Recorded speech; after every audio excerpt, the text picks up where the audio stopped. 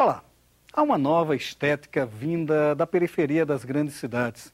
A chamada literatura periférica cria uma nova expressão, base dos estudos do professor e poeta Nelson Maca, nosso entrevistado de hoje. Maca nos revela um tanto da força e da originalidade do canto novo que surge dos guetos. Na Dica de Leituras, vamos falar de poesia e contemporaneidade na análise dos livros Via Vária, de Iacir Anderson Freitas, e O Homem Inacabado, de Donizete Galvão. O Leituras conversa agora com Nelson Maca.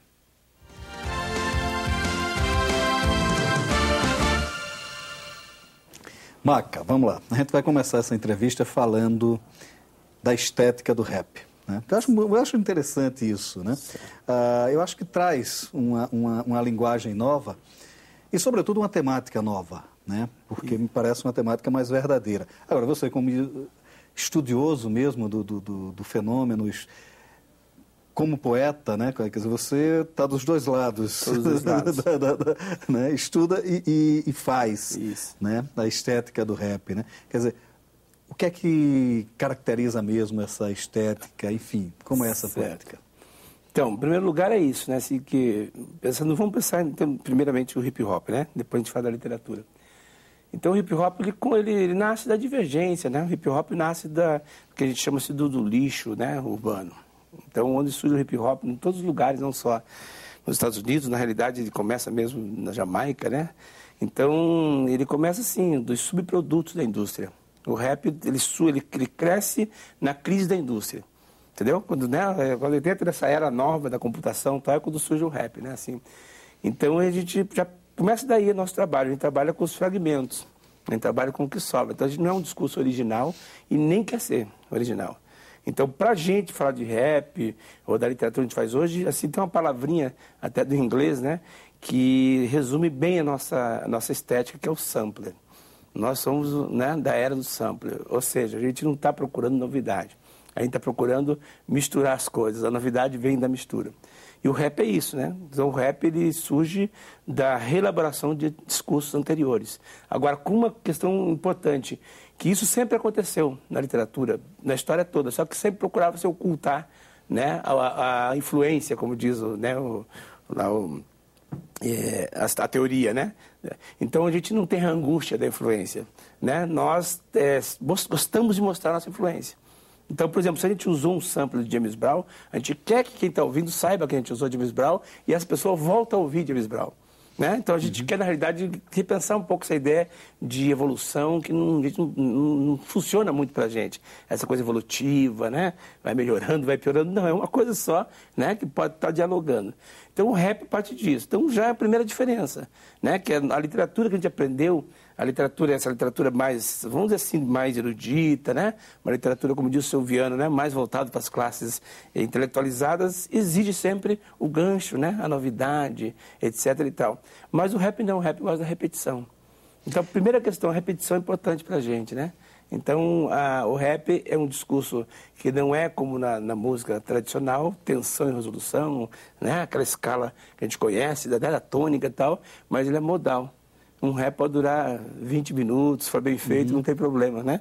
Então, isso é uma diferença já grande, né? Porque a gente não tem que preparar já o fim desde o começo, né? O processo é mais importante que o início e o fim. É daí que vem a questão do improviso, né? Quer dizer, é uma poesia que se caracteriza, pelo menos na minha visão, ela se caracteriza muito pela linguagem oral, cotidiana, né? A linguagem cotidiana mesmo, e um diálogo permanente com as tradições de improvisos. Vocês lá na Bahia resgataram até um pouco da questão dos cantadores de viola, isso, até, não é? Isso. Quer dizer, como é esse diálogo com essa tradição? Isso é bacana. Então, por exemplo, vamos supor, em termos de rap baiano, a gente tem dois conceitos lá, ou vamos dizer, dois paradigmas que são importantíssimos. Um que é o paradigma de nordestinidade. Então, tem vários rappers querendo ser nordestinos. E com a experiência do Bang Beat, então, a gente viu que é possível, né? E outro paradigma é a negritude. Né? Então, a negritude, essa junção de Nordeste e negritude é a que vai nos definir. Ainda é um processo, né? Ainda é futuro isso, mas já estamos trabalhando. Então, por exemplo, a gente dialoga bem com, por exemplo, um grande, né, cancioneiro, Buli Buli. Por exemplo, a gente faz apresentações juntos, fazemos batalhas de rap, de repente. O Buli Buli, eu conheço o Buli Buli. Conhece o Buli Buli? Então, o Buli Buli é uma legenda. O Buli Buli, lá pra gente, assim, por hip hop nacional, por exemplo, o Bezerra da Silva é um ícone, né? Então, localmente, o Buli Buli é um ícone. Todo mundo gosta de estar com ele, de fazer coisas com ele e outros mais, né? E outros cancioneiros mais. Então, esse diálogo está acontecendo bem. Um grupo que faz bem isso chama-se Afrogueto. Né? E esse grupo é interessante porque ele faz as duas coisas, né? Então ele, né, por exemplo, faz refrões interessantes, tipo assim, ele faz assim, como é que faz? Rap brasileiro de raiz original, oxi, né? Quem não entendeu vai passar mal, né? Então, a gente vai trazendo essa prosódia, esses elementos, como o Chico Sainz fez, né? E conseguiu, né, elaborar. E em termos de músicas de candomblé, né, da tradição africana, para a gente é principalmente candomblé e bloco afro, afoxés, né, isso a gente tem que trazer um pouco. Então, muitos grupos estão sampleando batidas do ilê, do lodum, né, do reggae local, e também estamos falando mais da questão mais tradicional da cultura africana, como orixás e outros elementos, né. Então, essa fusão é quem tem experimentado em Salvador, né, quem tem buscado. Nessa linha, assim, tem um grupo aí que vai dar muito o que falar, chama-se Opanigé. Né? Que é a Organização Popular Negros Invertendo o Jogo Excludente, né? E ao mesmo tempo o Panigé é uma palavra do axé, né? Uma palavra de dentro. Então é essa busca que a gente está tentando, né, criar essa simbiose, ver o que acontece, né? Então isso já é comum para a gente, nessa relação.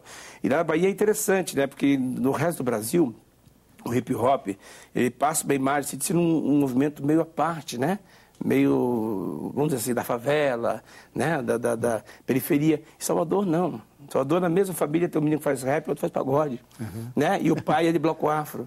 Né? Tem exemplos assim, por exemplo, tem um DJ Leandro, né? Que é um menino que o pai dele tem bloco afro. Ao mesmo tempo ele está tocando rap, né? E ele também gosta de samba. O músico que ele toca, que é o da Ganja, usa muito samba, é sambista, foi sambista antes. Então, pra gente não tem essa divisão, sabe? Zona Sul, Zona Leste, Zona Oeste. Não, cara, Salvador, a favela é no centro, né? Agora, tem uma coisa também que é interessante nesse diálogo todo, porque a poesia formal, de qualquer forma, você faz uma poesia mais formal, né? Eu conheço um poema seu, Kamikaze, né? Que ele tem toda uma estrutura, embora haja muita oralidade nele, é uma estrutura formal, né?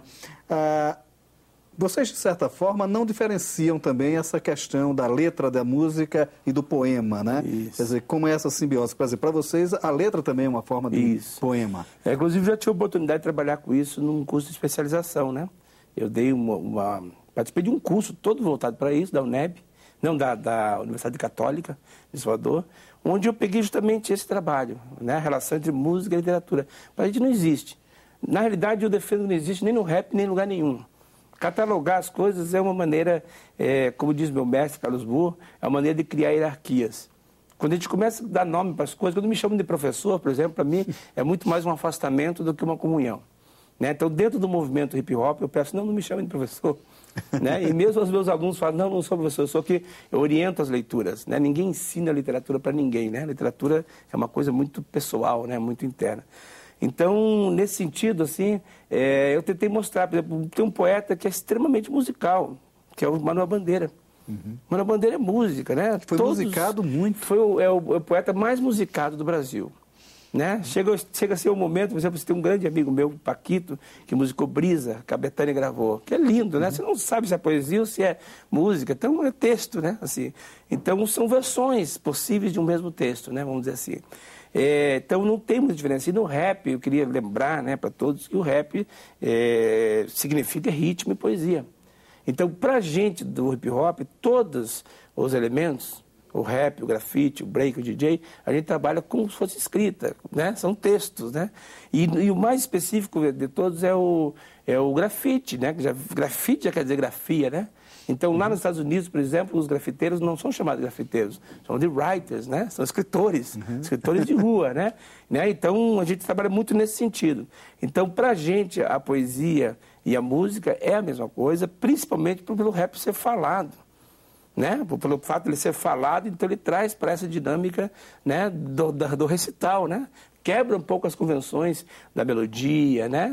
Então ele traz mesmo uma situação mais prosaica, mais cotidiana. Então isso ainda, né, dilui mais ainda a fronteira, né, entre o texto e a oralidade, né? Mas isso eu queria lembrar só assim, no rap é uma coisa que a gente quer mostrar. Mas isso eu defendo que é todo o texto, né? Eu sou daquela linha de pensadores, como diz o Calvino, eu sou do partido daqueles que defendem que letra de música é poesia, né? Logicamente, tem algumas letras que não conseguem se sustentar muito sem a base suporte musical, melódico, sem o suporte musical. Mas tem textos, né, que eles podem suportar, né? Então, a gente, não sei se a gente vai voltar ao assunto, mas, por exemplo, o livro do Gog, né, A Rima Denuncia, né, que eu vim aqui para Brasília para lançar, pela Editora Global, esse era o meu trabalho, né? Assim, será que é possível essas letras sobreviverem no papel com a mesma atenção? É. Né? Agora tem um elemento, né?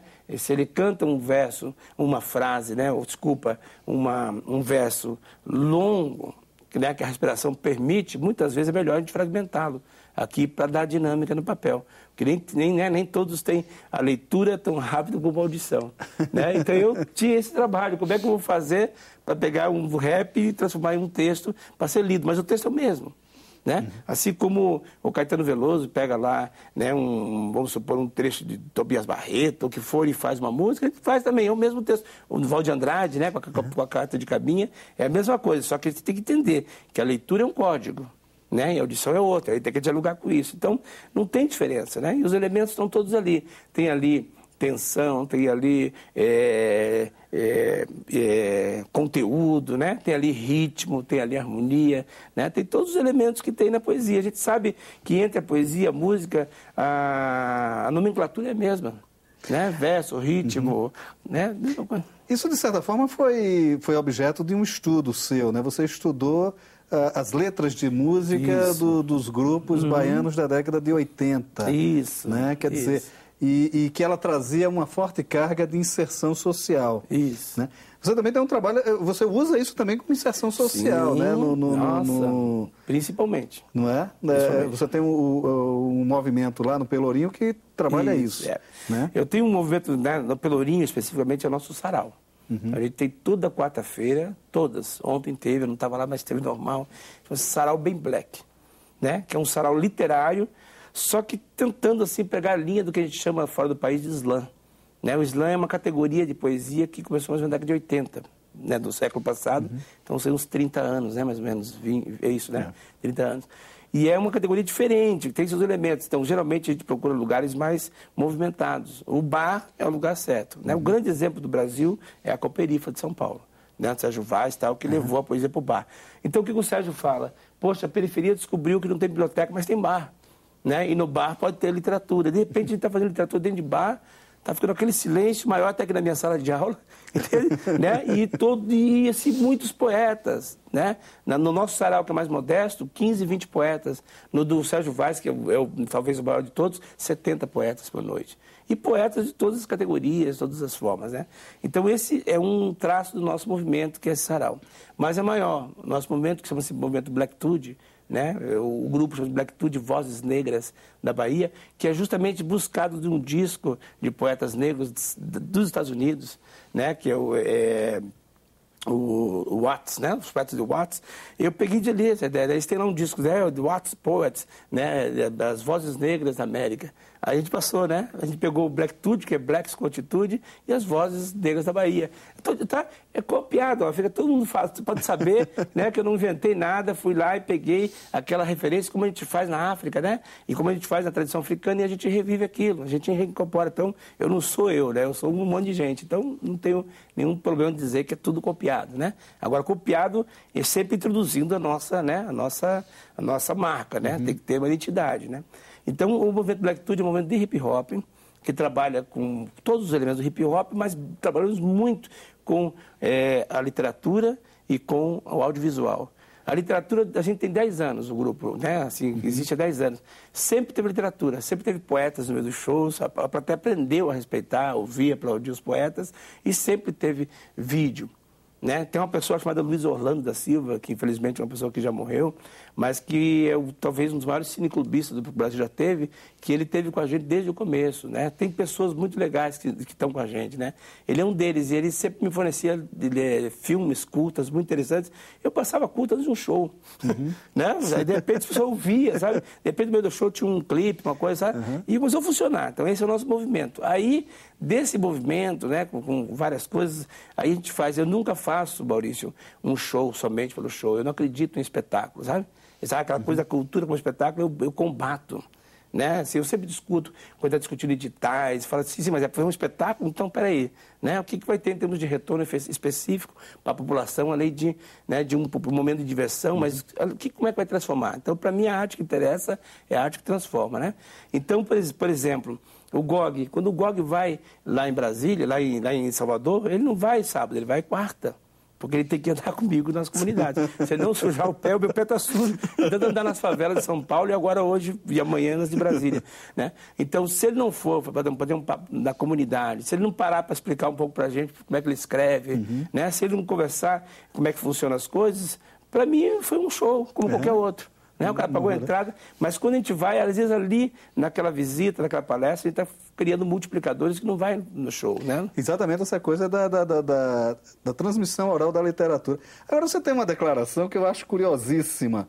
Quer dizer, não acho surpreendente, eu acho curiosa, acho meritória, né? Para a gente usar um termo interessante.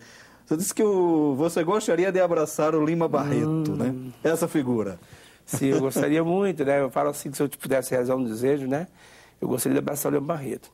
Por exemplo, por quê? Porque eu posso abraçar o GOG, eu posso abraçar o Sérgio Vaz, posso abraçar você, né? Que são pessoas que a gente conhece da mídia, né? A gente conhece da televisão. E para nós, assim, das comunidades, das periferias, o escritor para a gente é um ente, né? Do outro mundo. A gente sempre aprendeu que o escritor é alguém especial, maior, melhor. E daqui a pouco está descobrindo que não. Está descobrindo que na favela está cheio de escritores. Né? Então, o Lima Barreto, para mim, representa essa primeira grande rebeldia. Né? Claro que eu parto sempre do Luiz Gama, né? No século XIX, a primeira referência para todo mundo que fala em negritude, né? Nossa literatura. Mas o Lima Barreto é especial na minha vida, porque depois que eu li um romance chamado Recordações do Escrivão Isaías Caminha, aí eu entendi profundamente onde é que estava o discurso racial do Lima Barreto, né? E o drama pessoal do Lima Barreto. Então, o Lima Barreto é um escritor que eu gosto muito, que eu trabalho com meus alunos, né? Triste Fim é um clássico, né? Mas Triste Fim, não preciso falar que já é um clássico, né? Mas tem, assim, outros textos que são muito importantes dele, né? E, assim, o que foi, eu imagino, o sofrimento que é da gente fazer um movimento hoje, né? A dificuldade que é para estar aqui, por exemplo, agora, né? Eu estou aqui, mas assim, tipo assim, a gente chega aqui em Brasília, chega em São Paulo, geralmente a gente chega para alguma coisa oficial e dessa coisa oficial a gente faz um monte de outras coisas. Então, a gente não tem, assim, condições de estar em tantos lugares, mas a gente tem que estar. Eu fico imaginando o Leão Barreto, no começo do século XX, né? Totalmente no momento, né, assim, contraditório, no momento muito próximo, ele assistiu o 13 de maio, né? Então, ele não deixou de falar dessas questões, né? Viveu um drama pessoal profundo, não só em termos financeiros, como em termos de saúde, em termos do álcool, né? E ainda assim ele consegue deixar uma obra tão íntegra, né? Então, eu acho assim, que nós, da negritude, O Leão Barreto fala uma coisa interessante, através de um personagem dele, Leonardo Flores. É assim, ele é um poeta, né? E aí uma pessoa pergunta assim para ele, o meu filho quer ser escritor, uma senhora, como é que eu faço para ele escrever? Ele fala, é fácil, minha senhora, mande seu filho pegar um trem na Central e dar uma volta pelas periferias, né, do Rio de Janeiro. Quando ele voltar, ele terá material não para escrever um conto, mas vários romances. Né? É por isso que o Leão Barreto. O Barreto é aquilo que fazia, né, 100 anos antes, o que a gente está tentando fazer agora. Né? Com nenhum recurso de internet, né? Você está falando da minha pessoa, da internet, né? Que tem muita coisa. Mas o Leão Barreto era isolado, né? Ele era sozinho e era um sistema brutal. O Leão Barreto ficou por 50 anos no índice, né? No índice, né? Ficou por 50 anos sem poder aparecer nos jornais do Rio, como ele atacava. Então ele, para mim, é um grande herói, né? Assim, literário, né? Há uma cena fantástica sobre o Lima Barreto que o Monteiro Lobato saiu de São Paulo para o Rio de Janeiro para conhecer o Lima Barreto. Quando ele chegou no local do encontro, os caras disseram, olha, ele acabou de sair daqui, estava bêbado e tal. Aí vinha chegando um menino e disse, você viu o Lima Barreto? Está caído ali na sarjeta. O senhor quer ir lá vê-lo? Aí o Lobato disse, não, porque não é este o Lima que eu conheço. Exatamente. Então, ele fica lá e tal, mas... Isso, o Alexandre Barbosa, né, da biografia, a famosa biografia, né, do Lima Barreto, né, da... Não lembro a editora agora. É clássica, né, a biografia dele, né? Então ele fala um pouco disso, né? Ele fala desse Leão Barreto. Realmente, o Monteiro Lobato não quis, né? Fez esse encontro, né? E era então engraçado, porque o Monteiro Lobato também era assim, conflituoso, né? O Monteiro Lobato brigava com todo mundo, brigou até com os modernistas, né? A primeira coisa que ele fez foi atacar a Tarsila do Amaral. Não foi a Tarsila, foi a Anitta Malfatti, né? Foi a Anitta Malfatti. Foi em 14, foi a primeira, a Anitta Malfatti. Ela voltou, fez uma exposição, né, toda expressionista, ele falou, ele escreve paranoia ou mistificação, né? É uma grande pintora, mas está imitando, tal. Então, imagine, já tinha essa briga, né? Então, e ele, mesma coisa, né? Criticando as queimadas e tal, né? E aí os dois, praticamente no Barreto, não conhecia ninguém e Monteiro Lobato dava mal com todo mundo, né? Então, era o único homem famoso, editor, né? O Barreto bebeu e não foi contrário. Não, mas hoje são os pais do modernismo. São os pais do modernismo. São os pré-modernistas. Ninguém que estude a questão, quem leu o Werneck Sodré fala, né? O Werneck Sodré fala disso, peraí, né? Para entender os modernistas tem que voltar a eles. Antes da semana tem algumas coisas importantes, né? E eu falo de Barreto e outros mais, né? Principalmente dos dois e do Euclides. Mas o que acontece, né? Do Lima Barreto, que eu acho bacana, inclusive da biografia, eu acho muito bacana que a gente saiba disso. Entendeu? Eu acho bacana que a gente veja que o escritor é um cara que bebe. E pode cair ali como qualquer um de nós. Entendeu? Sem aquela ideia, assim, de... Por exemplo, Machado de Assis. Pô, escritor fabuloso, né? Um escritor que eu, assim, venero, amo, né? Machado de Assis. Agora, só fui saber meu Guilherme Preto porque eu fui pesquisar, né? Porque a biografia melhora etnicamente, né? Os escritores, fica né? um pouco... Né? E no Lima Barreto, esses defeitos eles são mais trabalhados do que as qualidades. Né? Então, o processo histórico fez o Lima Barreto um derrotado. Entendeu? Os estudos, um bêbado, um cara que não botava acento, que não botava vírgula. E o Monteiro Lobato também não botava. Mas aí criou uma grande obra, né? Isso é o que é o fundamental. Isso, né? Paca, muito obrigado por sua participação aqui no Leitura. Foi uma ótima conversa. Legal. Eu agradeço, né, assim, o convite, né, Maurício? É muito bom estar aqui. Eu acho que é um programa que é um dos programas que a gente pode participar, estar em casa. A gente sabe que a mediação para estar aqui, ela é mais ampla, né? Ela é mais democrática, né? Então, um prazer estar aqui. Eu queria só reforçar, né, que eu vim aqui para Brasília para lançar o livro do Jorge, vou de novo, né, que é importante que todos conheçam, né? A Rima Denuncia, eu sou organizador do livro, né? E eu queria muito que as pessoas tivessem a curiosidade de dar uma olhadinha, né? Porque ele é o poeta do rap e é meu grande parceiro hoje, ele e o Sérgio Vaz, né? Junto a gente quer fazer muito barulho, tá? Muito obrigado. Quando forem a Salvador, Sarau Bem Black todas as quartas-feiras. Tá ótimo, maravilha.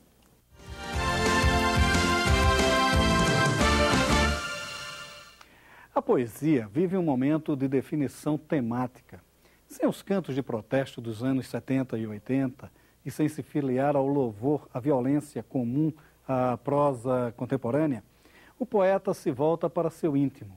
A introspecção, assim, faz a cena poética atual.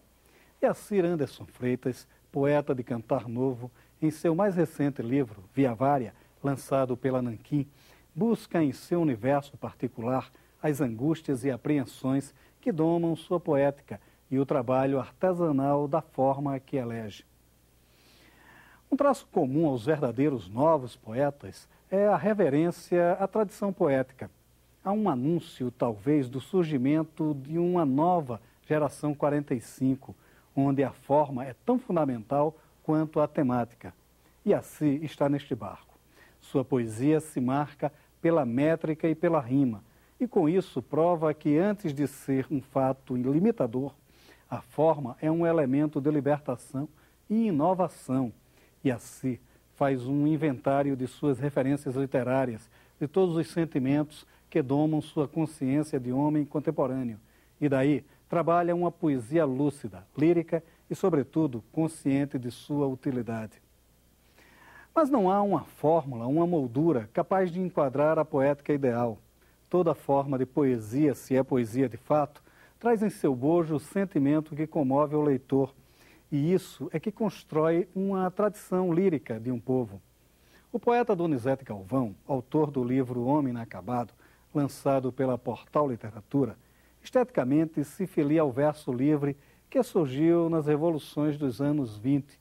E é exatamente por ser livre que este é um verso de complexa construção. Donizete, como Yaci, trabalha com referências literárias e pessoais.